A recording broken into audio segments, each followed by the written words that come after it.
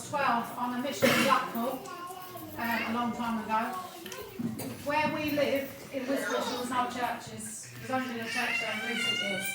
So we used to be what I would call convention Christians, because we'd go to the conventions, we'd follow the tent, we'd go to all the missions, and we'd go back to no man's land where there was no church and just done what we wanted. Didn't really bother for 6 months of the year.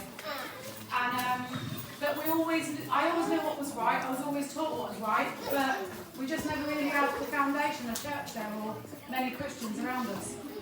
And then we used to pull to Slough every summer because that's where my mum's family lived at.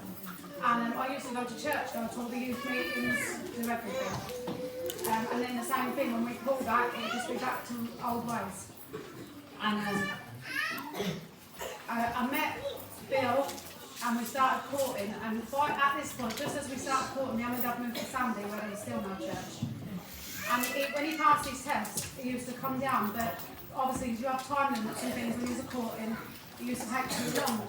We drove back to the church a few times, but it would take all day to get there, and we'd have to leave early anyway. In our reckoning of being teenagers, it was ruining our plans, church.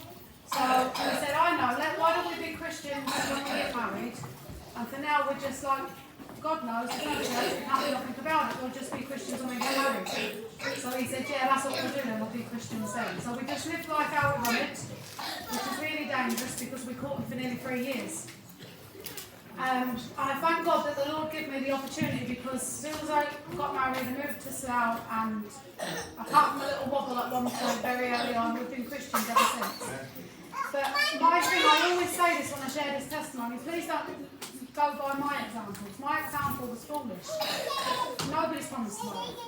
We're hearing every day, old people, young people, every age dying. Nobody's promised tomorrow. Nobody is promised to go out of this building and make it home tonight. I hope to God this all do, but none of us are promised it. We're not promised to wake up tomorrow. Please don't play with the Lord like I did and promise him tomorrow when tomorrow might not ever come. Today is the day of salvation, the Bible says. So accept him while you have the chance, because who knows who will wake up tomorrow? None of us do. So don't play with the Lord like I did. Don't matter what age you are, there's loads of young people here. Don't think you've got your whole life ahead of you. I hope you do. But none of us are promised tomorrow. And not just that. Why do like Jane said, waste your life when you can be serving it all these years? So that's never gone down.